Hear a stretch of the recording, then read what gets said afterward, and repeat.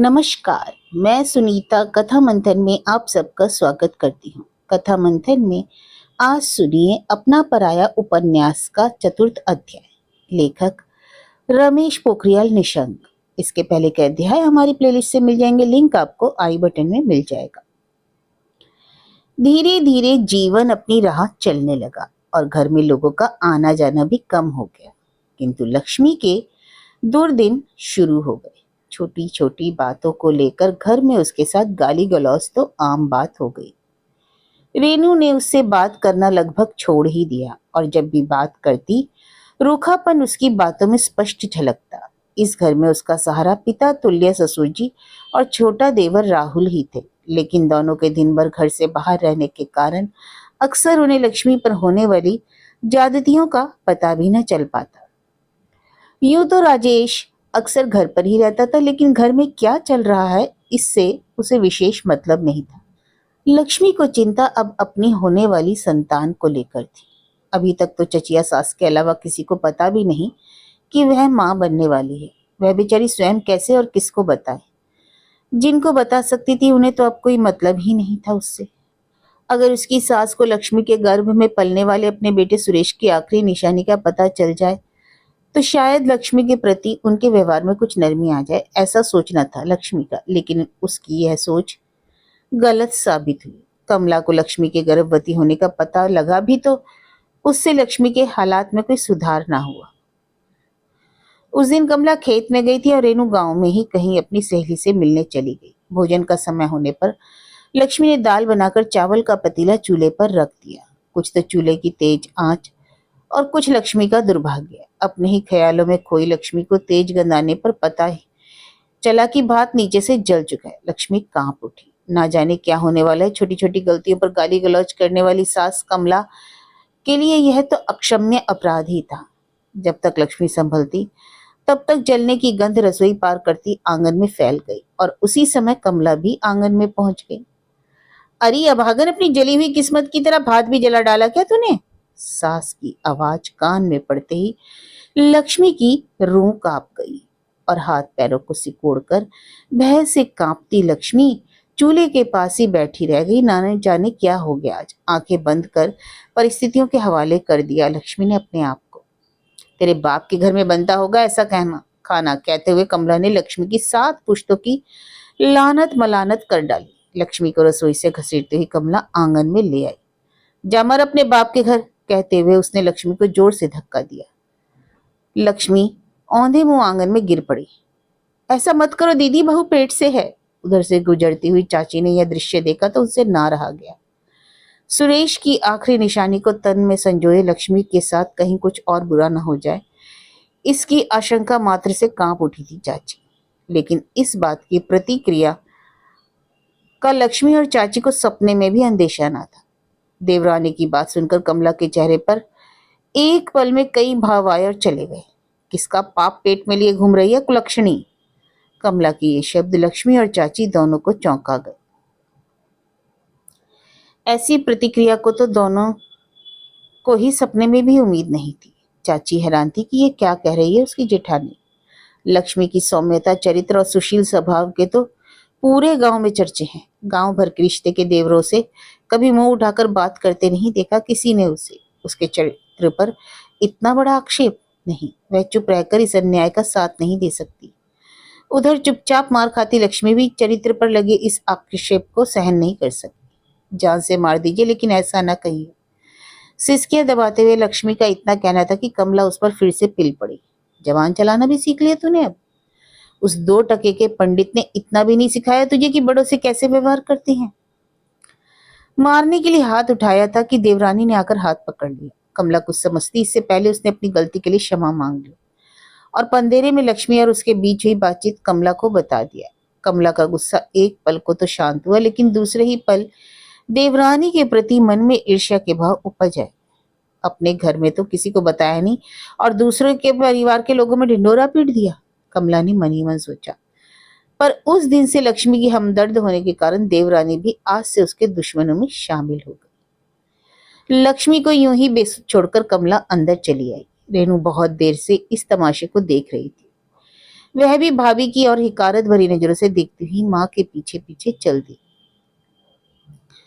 संयोग से राहुल की छुट्टी आज आधे दिन के बाद हो गई, तो वह भी जल्दी घर चला आया। घर पहुंचा तो देखा भाभी आंगन में बैठी सिसक रही थी। बस्ता एक और फेंक कर राहुल उसके पास जा बैठा। नीचे गिरने के कारण लक्ष्मी का होठ कट गया था, जिससे अभी तक काफी खून रिस रहा था। राहुल ने हाथ आगे बढ़ाकर खून साफ किया और उसके रोने का कारण पूछता रहा।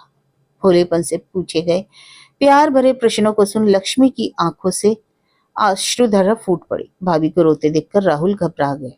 उसने ऐसा क्या किया और भाभी को उसको देखकर अधिक रोने लगी। वह मासूम क्या जानता था कि उसके निश्चल प्रेम स्नेह से द्रवित लक्ष्मी के मन में भावनाओं का ज्वार उमड़ आया है।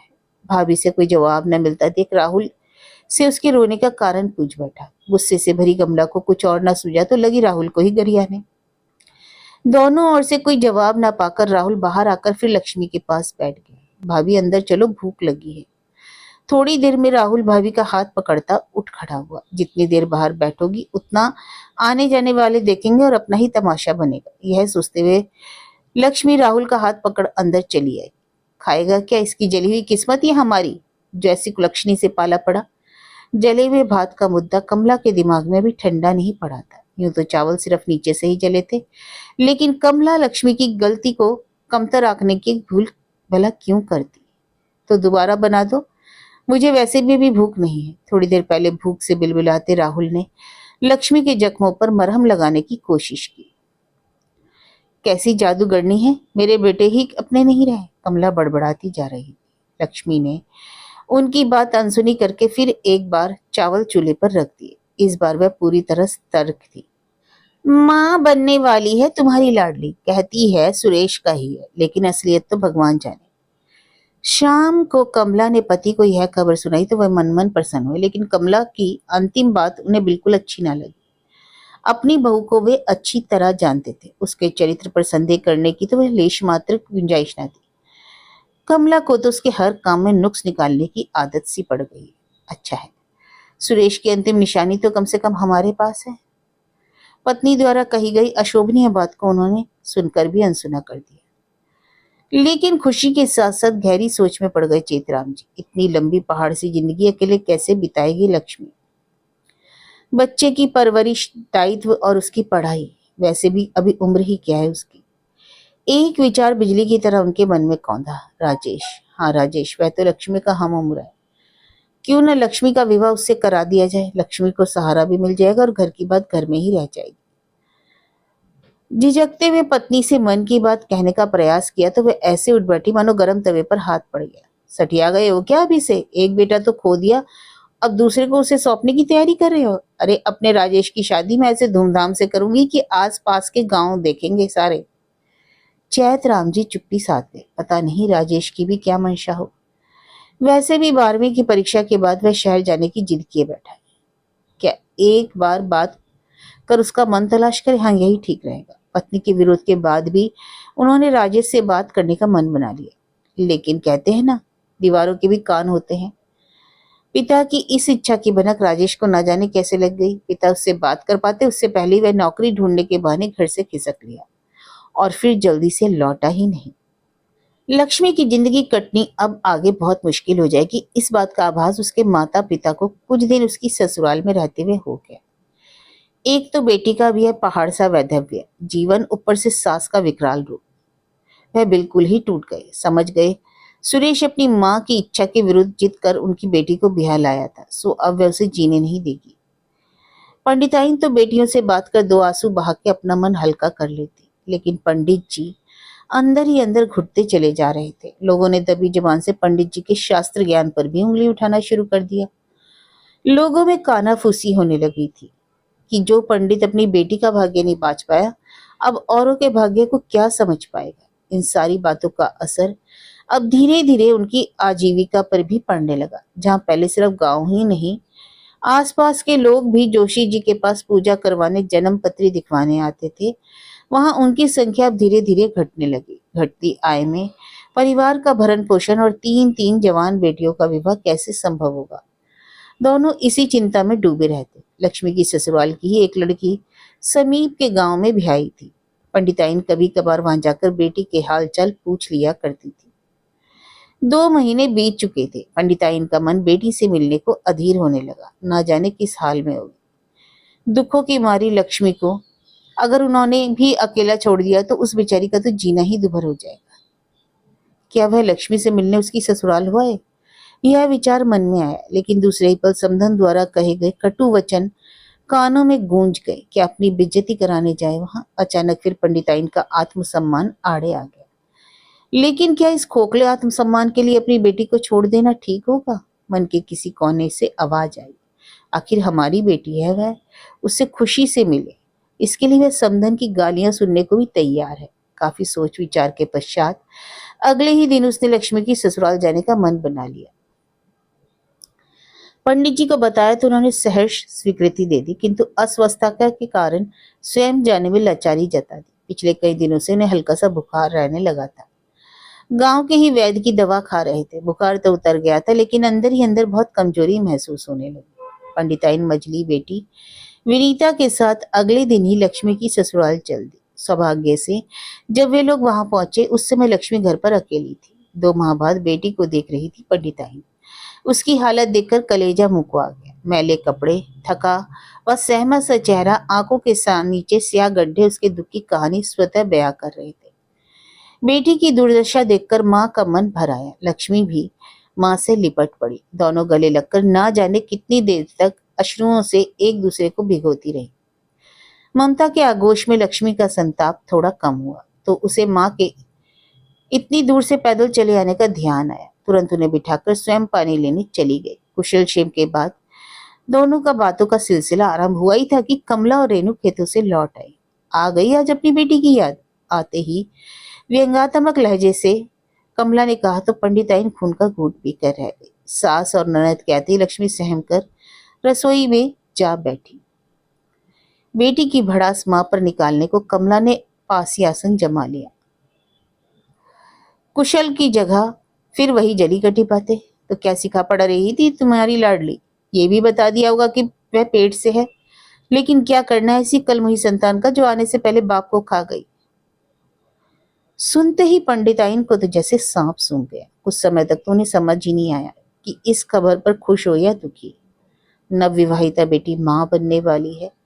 इस शुभ समाचार पर कौन माता पिता फूले न समाएंगे, किंतु किस्मत ने तो उन्हें इस अवसर पर खुश होने का भी मौका न दिया। ऊपर से समधन के व्यंग्यवान उनका सीना छलनी कर गए। कैसी माँ है ये, जो अकाल मृत्यु प्राप्त बेटे के अंश के इस दुनिया में आने पर भी खुश नहीं। यह तो खुशी की बात है समधन जी, इस बहाने सुरेश हमारे बीच रहेगा। पंडिताइन ने डरते डरते अपने मन की बात कह डाली। इतनी देर में लक्ष्मी चाय ले आई। कमला फिर भड़क उठी। खाना खाने का समय तू चाय लेकर आई है? जाकर खाना बना समधन के लिए। सहमी हुई लक्ष्मी की इतनी हिम्मत ना हुई कि वह माँ से चाय के लिए पूछ ले। वह चुपचाप जैसे आई थी वैसे चली गई। दीदी की कुछ मदद कर देगी, साथ में बातचीत भी हो जाएगी, यही सोचकर विनीता भी उसके पीछे पीछे रसोई चली गई। इतनी भी अकल नहीं इस लड़की को कि कब क्या करना है। समधन जी, लगता है आपने कुछ सिखाया नहीं अपनी बेटी को। इसे कहते हैं समय का फेर, पंडिताइन ने सोचा। जिस लक्ष्मी की सुघड़ता की तारीफ हर जगह होती है, वही लक्ष्मी आज बेशऊर होने का दंश झेल रही है। लेकिन समधन जी, हम तो सुबह भरपेट नाश्ता करके आए थे, बिल्कुल भी भूख नहीं है। लक्ष्मी की हालत देख पंडिताइन की भूख प्यास दोनों ही चली गई। इतनी देर में लक्ष्मी ने सबके लिए खाना परोस दिया तो वह बेटी का मन रखने को ना नहीं कर पाई। पंडिताइन के गले से नीचे निवाला बड़ी मुश्किल से उतरा। पता नहीं इस स्थिति में लक्ष्मी को भरपेट खाना भी मिलता होगा या नहीं। सोचा लक्ष्मी को कुछ देर के लिए अपने साथ ले जा पाती तो कितना अच्छा होता। मन में आई बात जुबान पर भी आ गई। शायद समधन कुछ दिन के लिए भेज ही दें। क्यों? कमला ने सीधा प्रश्न किया।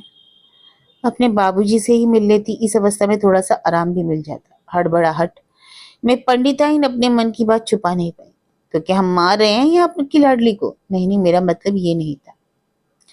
पंडिताइन ने बात को संभालने का प्रयास किया, लेकिन कहते हैं ना, तीर कमान से और बात जुबान से एक बार निकल जाए वापस नहीं आती।